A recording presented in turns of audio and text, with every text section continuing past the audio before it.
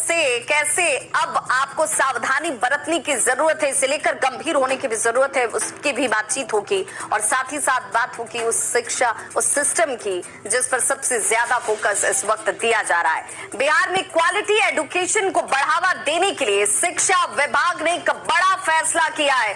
शिक्षा विभाग ने सरकारी विद्यालयों में पढ़ने वाले शिक्षकों के निजी कोचिंग संस्थान में पढ़ाने पर रोक लगा दी है।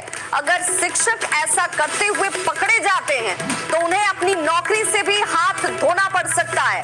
आपको बताते चलें कि ये आदेश केवल शिक्षकों के लिए ही नहीं है, बल्कि छात्रों के दृष्टिकोण से भी ये आदेश बहुत महत्वपूर्ण हो जाता है, जो स्कूल टाइम में निजी कोचिंग संस्थान में जाकर पढ़ते होंगे वो अब ये नहीं कर पाएंगे, क्योंकि इसकी भी मॉनिटरिंग होगी। जिम्मेदारी स्कूल के प्रिंसिपल को इसके लिए सौंपी गई है। शिक्षा विभाग के इस पहल से स्कूलों में शिक्षा में बेहतर सुधार की उम्मीद जाहिर की जा रही है। और इस खबर पर ज्यादा जानकारी दे रहे न्यूज 18 संवाददाता संजय कुमार। क्वालिटी एजुकेशन को बढ़ावा देने के लिए यह फैसला लिया है कि सरकारी विद्यालयों में पढ़ाने वाले शिक्षक अब निजी कोचिंग संस्थान में नहीं पढ़ा सकेंगे। अगर ऐसे शिक्षक निजी कोचिंग संस्थान में पढ़ाते हुए पकड़े जाते हैं तो उनके खिलाफ कड़ी कार्रवाई की जाएगी। इतना ही नहीं, सरकार ने यह भी फैसला लिया है कि जब स्कूल टाइम होगा तो ऐसे में सरकारी विद्यालयों में पढ़ने वाले बच्चे निजी कोचिंग संस्थान में पढ़ने के लिए नहीं जा सकेंगे।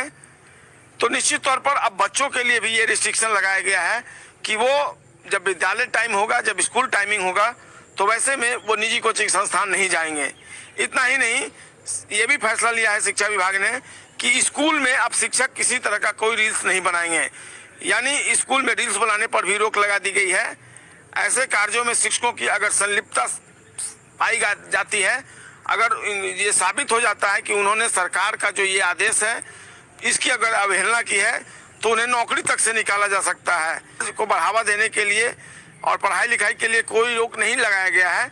बच्चों को यूट्यूब से शिक्षक पढ़ा सकते हैं, लेकिन डांस और ड्रामा करने पर कार्रवाई की जाएगी, ऐसा फैसला लिया है शिक्षा विभाग ने। निश्चित तौर पर इसके लिए जो जिम्मेवारी है वो प्रधानाध्यापकों को दी गई है और उन्हें इस तरह की बातों की मॉनिटरिंग करनी होगी। अब देखना होगा शिक्षा विभाग का ये जो आदेश है वो कितना सफल हो पाता है, लेकिन निश्चित तौर पर जिस तरीके से नकेल कसने की कोशिश की गई है, वैसे में कहीं न कहीं इसका फायदा होगा और क्वालिटी एजुकेशन को बढ़ावा मिल सकेगा।